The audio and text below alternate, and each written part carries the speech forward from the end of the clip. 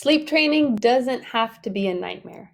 In the next 30 minutes, I'm going to walk you through how to finally get your baby and yourself more sleep. We're going to be covering the adult sleep cycle and how we sleep, what happens to our bodies when we're sleeping. Then we're going to talk about baby sleep cycle, how they sleep according to the stage that they're in, and what you can do to help them sleep better. We're also going to discuss how to develop healthy sleep patterns, bond even more with your baby, and help them feel loved and cared for while getting more rest. And finally, I'll answer a few questions that you've sent in beforehand. Now, this was supposed to be a live webinar, but I have been sick, so there's a lot of throat clearing and coughing, and I didn't want you to have to listen to that. So I'm going to be cutting that out and putting this up for you. Now, what happens when we sleep? When we get a good night's sleep, we are even more healthy and balanced in all areas. When we are sleep deprived, which is what happens after birth, right? After you have a baby, you are sleep deprived. Our immune system takes a hit, our muscles get affected, our memory, our understanding, our emotional regulation, our appetites, all of this is getting affected by our sleep. We adults go through a 90-minute to 120-minute sleep cycle. What does that mean? Well, we enter our sleep in what is called NREM, which we start in N1 stage, which takes about 1 to 7 minutes to move through. And this is the stage where you're like, what? Oh, I'm falling asleep. And then you move into N2. This is where we spend a majority of the night. This is our transitional sleep. Then we move into N3 and N4, which is deep sleep. They've combined these together. And then we move into REM. This is where our dreams take place. Well, the dreams that we remember take place in this. And this is a light sleep. Then we briefly wake up and then we go back to sleep again. And almost all of us don't even recognize us waking up at night. But this is the way our bodies work. It goes through this cycle over and over again and it repeats. And we have slight wake ups in between. But we often just go straight back to sleep. Now, one thing I really do want to talk about is the fact that sleep disruptions often precede mental illness or they exacerbate it. So they either make it worse or it comes before a big emotional and mental illness break. So if you are struggling with sleep, even if you have the opportunity to sleep, even if someone is taking care of the baby and you cannot fall asleep, you cannot stay asleep, please talk to your doctor about this because this is really important and it should be taken seriously. So this is what's happening in our bodies, right? Our body temperature lowers, but we're easily awakened. And then in N2, where we're spending a majority of the night, you can see it right there, that big chunk of pink. Our eyes get still, our heart rate and our breathing gets slower. Then we move through N3. This is where our blood pressure and our heart rate drops even more. We have muscle growth, we have tissue growth, our immune system gets like a boost so we can fight infection. And our body is really trying to help us move through the first like N1 to get to the beneficial sleep cycles. And we expect our babies to sleep how we sleep. I work in holistic postpartum care, and a lot of the mummies, I go to their home and I do home visits, and a lot of them call me to help with breastfeeding challenges. But one of the most common things that we also end up talking about is how surprised they were that their babies don't just stay asleep. They sleep all day long. Why aren't they sleeping at night? Well, it's because they have a totally different sleep cycle than we have. Our babies sleep in 45 to 50-minute sleep cycles. We can't even get through one whole sleep cycle before they have gone back into that light, and they pretty much live in this light sleep stage. They don't really move into the deep sleep yet. So they're easily awakened. And when they go back through that, like, next 45 minutes, 50 minutes, they're entering back into the sleep cycle. They briefly awaken, they just wake up and they just look around and they look for us and they fuss. And then that wakes us up, and then that's disrupting the sleep cycle that our body's trying to move through. This is what's happening. They are born on a totally different sleep cycle than us. Biologically, they cannot sleep how we sleep. And they shouldn't. They should not be sleeping through the night when they are first born. That is a concern. So, a newborn baby needs to be getting 16 to 18 hours of sleep in the day. And they usually do this in 2 to 4 hour bursts because they need to eat frequently. They need to eat every 2 to 4 hours. This is very healthy. If your baby is waking up every 2 hours, every 3 hours, wanting to eat, that is a healthy, active, growing baby. And that is difficult to deal with at night, but it is good for them and it's good for their bodies, and sleep is going to come. Okay? Big, broad, bird's eye view of this. By 0 to 2 weeks, they have just been born. They're in a brand new environment. They now feel cold. They now see light. They now get scared. They now get hungry. They have lots of stimulation. It's loud, it's cold, it's hot. There's people touching them all the time. This is a big transition for them, just like it is for us. They also have no internal rhythm.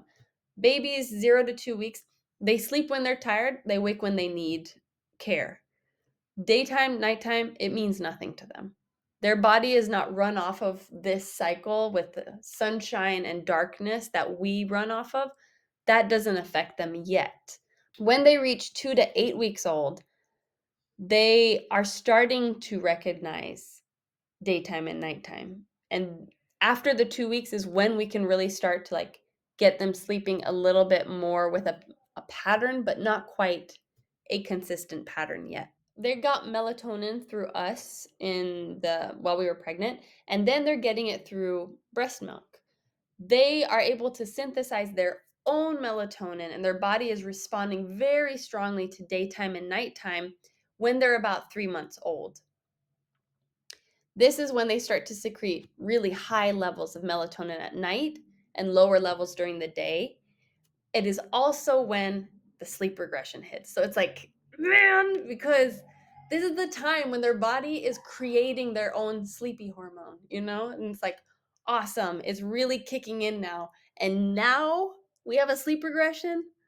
We're going to talk about why this happens. But babies 3 to 4 months, they can sleep 5 hour bursts. They still should not be sleeping through the night at this point because babies need to be eating frequently. They need to be eating frequently. It's really not developmentally appropriate for a baby to be sleeping straight through the night, like 12-hour gaps kind of thing, or stretches, until they're about 6 months old. 3 and 4 month old, they're going to need about 13 to 16 hours of sleep. Then we get to 6 months. This is when they can sleep through the night. It is also when they develop separation anxiety. So it's like you take one step forward and then there's a whole other hurdle to come across, but sleep is coming, okay? Let's talk about the first 8 weeks. What can we do to help them just develop healthy sleep patterns? We are not expecting them to sleep through the night.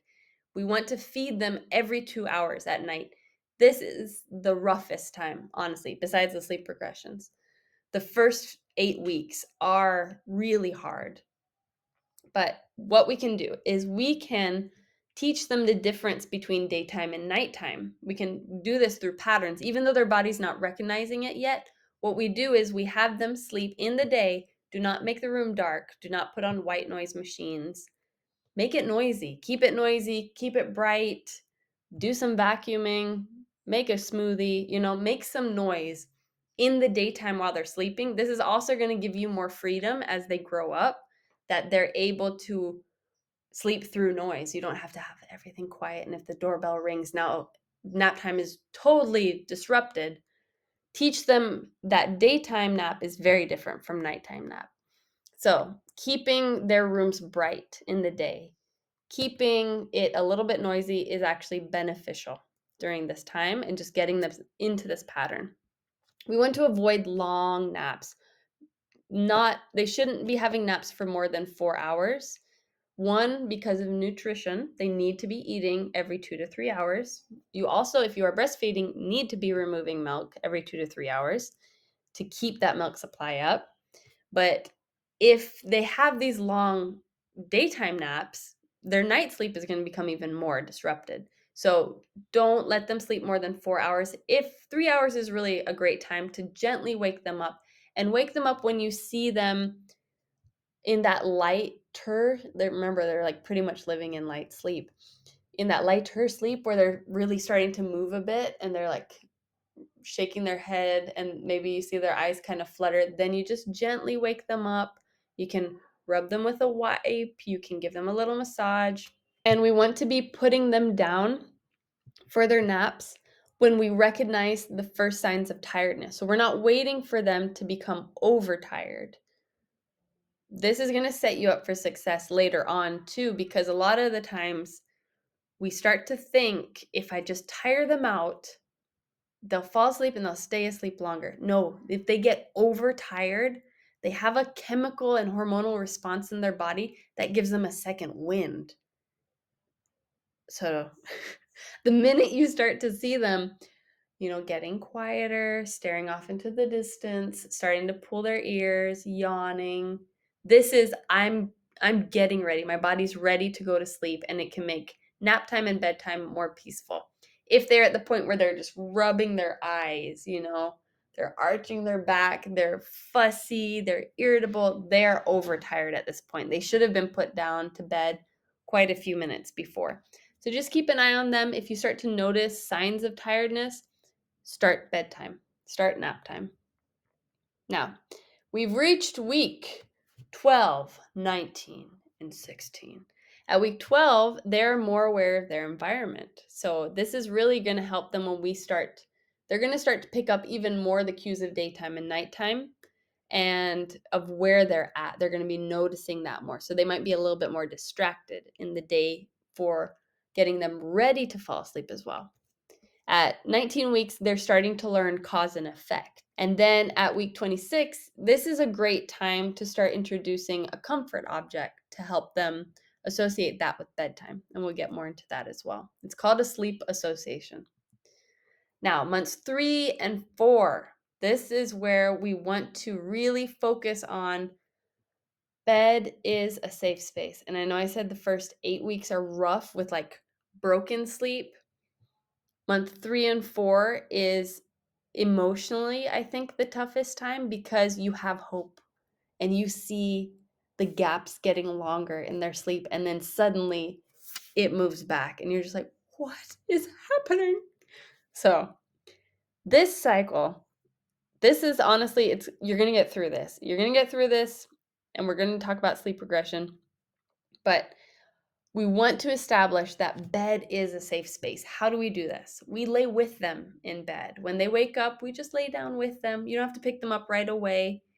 We play with them, we hold them. We just let them know like bed is not this scary, isolating, you're in this, I'm away from you space. This is a space where you can feel calm. This is also when we can give them comfort objects, which you can choose like maybe a stuffed animal or a blanket. I don't love pacifiers for a number of reasons. One, your baby's mouth is malleable and it changes the shape of their mouth and it pushes their teeth forward quite a bit, and it raises up the palate, which sometimes food gets stuck there. Anyway, there's a number of reasons. But also choking hazard. Okay, I'm gonna stop talking about pacifiers. And you want to only give them this item when you are feeding them and at bedtime and nap time. They cannot play with it during the day. They cannot have it at that time. This is only for bedtime, nap time comfort. And a lot of babies like it when it smells like mummy. So keeping that in your shirt, keeping it next to you when you're nursing, just making this part of, oh, when I see this, I feel calm. When I see this, I feel comforted. A lot of babies also really love nature sounds, they've found in quite a few studies. So using white noise, and white noise, you don't have to buy a fancy machine. You can just turn on a fan. That's white noise. So keeping a fan going in their room, or you can get one of those nice machines. I got one of those Hatch. My brother gave it to me. This Hatch baby nightlight. I loved it. So I used it till it broke. And this is also the time when we can introduce sleep words. So it's like a cue for it's time for bed, whether it's the exact same song you sing every time, or it's a phrase you say, or some moms use shh, but I find I use that when they're crying. So we don't want to use the same word that we use when they're crying. We want it to be a word that we're just going to use this word for bedtime. It's a lot of like psychology. We're training a child to sleep better, and we're training a child that sleep is not scary. Sleep is comfortable, sleep is calm, sleep is peaceful, and sleep is full of love. It's not a time of isolation, and it's not a time for you to feel afraid. A lot of people think that sleep training means shove your kid in a room, close the door, let them cry till they fall asleep. They got it, you know. But that is one method of sleep training, sure, but that's not the whole encompassing sleep training. There's also ways to do it in a way that prioritizes bonding and prioritize this relationship that we have with our babies, because honestly, even in the animal world, animals respond to infant crying across species. There are like deers who will respond to any infant that is crying, an infant duck. I don't know why I'm giving this as an example, but any kind of other animal baby, they will run to take care of this baby. This is a natural response. So for us to be telling mothers to quiet this, you know, do the opposite of what your nature wants you to do, which is care for a baby in distress, this is damaging. It is damaging. We are seeing what happens when babies have such high levels of cortisol, because when they are crying, they're not manipulating. They are extremely stressed out. Their body is in a stressed state, and they are trying to find comfort. Our babies are fully dependent on us when they're born. Really, we're more like marsupials. We should be wearing them in a little pouch. And in most of the world, that's almost exactly what happens. We strap our babies to us on our front for the first few months, then we move to the back for the next, and like for pretty much a year, 2 years, babies are strapped to mummies. And you have the community to help entertain and take care of the baby, and but the mummy is there for the emotional response. If the baby is hurt, I am there. If the baby needs me, I am there. Sleep training can work in partnership with this. It can be a time where mummy and baby develop even more trust with each other and even more security with each other. It doesn't have to be painful. It doesn't have to be isolating. It doesn't have to make you cry. 0 to 18 months, our babies are in a stage called trust versus mistrust. This is like fundamental. Can I trust the world I'm in? Can I trust the people around me to take care of me? How do we build this? We respond to their needs. And when they get to 18 months to 3 years, that's when they're learning autonomy versus shame and doubt. Can I do this? Am I resilient? Can I do this myself? There are plenty of studies that have shown that if a baby has a secure attachment to their primary caregiver, they are more confident by 2 years old. It also has a lifelong impact if they have a secure attachment with their caretaker, which is that they have healthier relationships. They're more confident as adults. They are more successful. They are emotionally well regulated. There are just so many benefits from this time of their life if we can really just build a strong bond with them. And we're all going to make mistakes. But the work that we're doing right now, this work of raising a child, is so important. It is so important what you're doing. I just want you to know that. It is so important. If a child has not a secure attachment, they have something else. They have avoidant, insecure, or disorganized. Now, these are three different categories, but basically it kind of all leads to the same thing, which is higher anxiety, higher depression, low self-esteem, difficulty forming healthy relationships. And we are seeing a significant rise in anxiety amongst children. And I think Of course, there's the discussion about screen time, but then there's also the discussion about this sleep training and isolating a child at an inappropriate time. Talk about sleep regressions. It typically happens around 4 months old. And it's related to this new development. A lot of our babies at this point, they're learning so many new skills, like physical skills and object permanence and all these different things. And they are excited to practice their new skill. So they end up waking up quite a bit. And sometimes in the daytime, they're so distracted by doing this new thing that they're learning how to do that they're not eating as much. So they're also getting hungry. Other things that can affect their sleep at this stage is sickness, any kind of big life change, if you're doing any traveling, if they're starting to teethe. There's a number of reasons why babies go through this sleep regression. A lot of us find it's during the 4 month stage. And we're still in the beginning of understanding how a baby sleeps and their sleep architecture, but we are learning a lot pretty quickly. And it seems to be in partnership with these developmental milestones that they go through. Now, babies are going to go through about 10 different regressions. The 4 month is the biggest one, but there are these little ones that happen, and it always happens around the time that they make a big leap in their gross motor skills or their fine motor skills.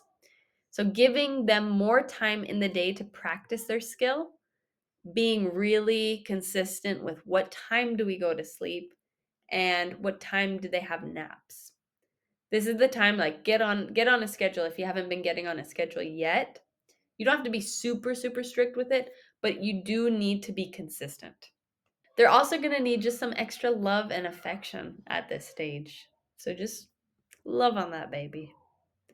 Now, when you reach 6 months, they can developmentally sleep through the night, and it's great, and it is encouraging and lovely, and everybody is so happy for this to come. This is also the time when they typically will move from 3 naps to 2 naps, and they start to develop separation anxiety. So they start to notice more and more if you're not around, and it makes them really nervous. So let's talk about different methods of sleep training. So there's pretty much 3 big categories. Category 1 is the let cry method. Category 2, maybe cry, and 3 is no cry. So the let cry is going to be the Ferber method. This one's really popular. This is basically letting them cry for certain intervals and then going in and stopping. There's also the cry it out method, which is extinction. And that's the first one that we talked about, where it's like you just kind of put your baby in the room and then you close the door and you don't ever go back in until it's time to wake up in the morning, no matter what. And then there's the pick up and put down method, which is if they start to cry, this is kind of like a maybe cry. If they're beginning to cry, pick them up, but before they fall asleep, put them back down. This method is pretty popular, but it's very exhausting because you're just constantly, it's also like hard on your back, especially if you haven't rebuilt your core. It can take a lot out on you. These are the most common methods, and they all fall within letting the baby cry to some extent. Now, there are other options out there that I don't think get talked about very often, and this is also an alternative if you're wanting like a systematized approach to letting them learn how to sleep and training them to do it. So the first one is fading, which is basically whether it is a sleep association, like your baby always needs to breastfeed before they go to sleep, or they always need to be rocked to sleep, or anything like this. Fading is slowly reducing the amount of time that this happens, or it is also reducing the amount of proximity you have. So I'm going to go through a few very specific situations with this one. So with fading, one example, I'll do a breastfeeding one because this tends to be a big association that parents want to stop, which is nursing to sleep. If they're just like, I don't mind nursing them to sleep initially, but then in the night, I don't want to be nursing 12 times in the night. Like I just want to do one in the night and then when they wake up in the morning. So with this method, it would basically be that you nurse them to sleep the first night. The next night, you nurse them, but as they start to do that like pause with their feeding, where you can tell like they're just starting to fall asleep, you take your breast out or you stop the feed. And then if before they start fussing again, you give it back. And then you just repeat this over and over again, but you slowly add a little bit more time between them starting to notice that it's gone and you giving it back until eventually they're not bothered by it being gone anymore. All of these no cry methods, they take longer, right? The crying and the maybe cry methods, they happen faster and the baby goes to sleep quicker and they're sleeping through the night faster. But there's also the cost of it as well. So these methods, the no cry methods, they take a little bit longer, but they also preserve that trust that we're building with our babies. Another way of doing this is parents who are wanting to get the baby out of their bed and into their own bed. So there's two different big methods with this, which is a fading method of like the moving traveling mattress, which is basically baby sleeping on their own mattress. If they have like a cot, you put their mattress on the floor next to your bed, and when they wake up in the night, you don't bring them to your bed, you go down to their bed. And then as the week progresses, you move their bed farther and farther and farther out, and then eventually they're sleeping in their own room. Option two for this is that you're sleeping in their bed with them in their room, and then you slowly move farther and farther away as the weeks progress. And we can go into like a more detailed method for all of these, but this is a big broad overview of sleep training. And if you do want like a very specific, like I want a sleep plan for this specific situation, let me know in the comments and we can work on something. The next is chair method, which is basically like the traveling chair, which is baby's in bed and they can see you. You're right next to their bed. And this is working really great with, when we're learning about separation anxiety and object permanence, they know that you're there. They can see you. And so as the week progresses, you're just slowly moving that chair farther and farther away from them. And the first few nights, you're patting them and just like, hey, shh, I'm here, I'm right here. And then eventually, you're moving closer to the door. And then you're sitting at the door. And when they wake up, you're there, but you're not touching them, but you're just letting them know, like, hey, I'm still here. It's okay. And then eventually, you're outside the door, but you're always responding immediately. You don't let them cry in any of these scenarios. Here are a few questions that were sent in ahead of time. How feeding during the day affects sleep at night? So we did learn that when a baby is going through a developmental milestone, sometimes they eat a little bit less in the day because they're just distracted. And then they're hungry at night, so they're going to be waking up more. But there were some studies done, and there was one study done on 715 babies that were aged 6 months to 12 months old. Infants who ate more in the day, they ate less at night. So they didn't nurse as much, but they still woke up. And 78% of these babies still woke up one time in the night. Like, this is very common for you to have a 1-year-old who's still waking up one time. Next question is night weaning while co-sleeping. So this mummy has an 8-month-old baby and she is co-sleeping. She wants to keep the baby with her in the bed, but she wants to stop nursing constantly at night. So this a good method for this would be that fading technique that we were talking about, where you're just slowly reducing the amount of time that you are feeding and the frequency that you're feeding, but still allowing them to use a different comfort measure to fall asleep.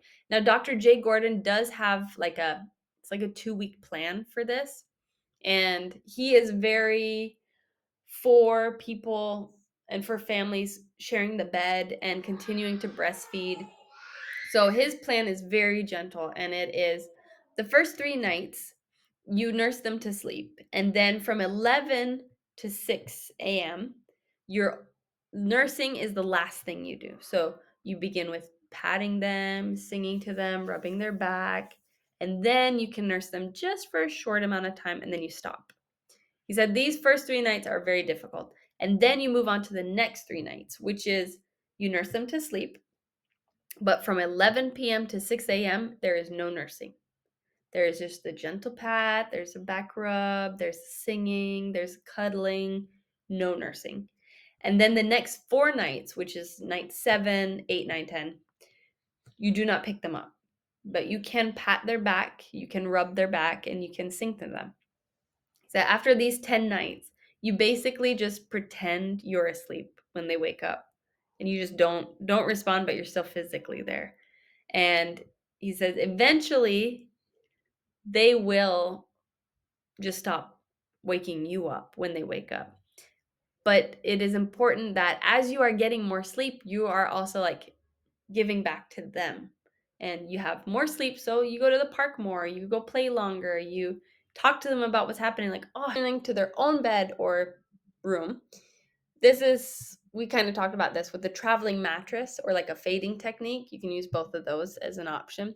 And the next was nap time with multiples. Well, in a lot of cultures, there is something we call siesta, which is this is a quiet time in the day. And so everybody has this quiet time. And when it's baby's nap time, baby goes to nap. And then the older siblings have their quiet time and they do what they need to do, whether it's like this is the time for reading, this is the time for drawing, but everybody has to be in your bed, in your room, and quiet. And making it like just a part of your day that this is siesta time. Now, the last question I had was how you get a baby to get a 4 to 5 hour stretch at night. So, the really important parts is one, making sure that they have, because if you're getting 4 to 5 hours of stretch, this means that they are old enough to have 4 to 5 hours of no food, which is 3, 4 months old. Great. Perfect. If they're that old or older, yes, this can happen. So you want to make sure they're having plenty of time in the day to practice these new skills and they're getting fed. Make sure that they are eating a lot in the daytime so that they're not waking up from hunger at night. Have a solid bedtime routine. And these bedtime routines can be so sweet. You can include anything in it, but typically we want it to be about 30 minutes to 45 minutes long, starting with turning down the lights, turning down the energy, then having a bath time, then having maybe a little massage and doing a affirmation or like something that you just want to say to your child every day. Like whether it's you are so beautiful, you are so strong, I'm so happy I'm your mommy. Any kind of phrase that you want to have, and then have a story and then feed them and then turn off the lights, keep it nice and warm. And you turn off the lights, you have some white noise going in the background. You use warm whites if you have to change their diaper, and a really high quality diaper. So if you're buying like the cheapest one that you can get the good ones for nighttime so that they're more comfortable with that long gap. Well, thank you so much for your time. This has been a very big, tall bird's eye view. So if I haven't discussed your question or you feel like I don't understand what to do, let me know because I do want to make another one with more detailed and like specific sleep training conversations. But hopefully this gives you like a good starting place of where to go. And if it has helped, will you just give it a thumbs up and subscribe? And I love ya, and I'll see you, pizza.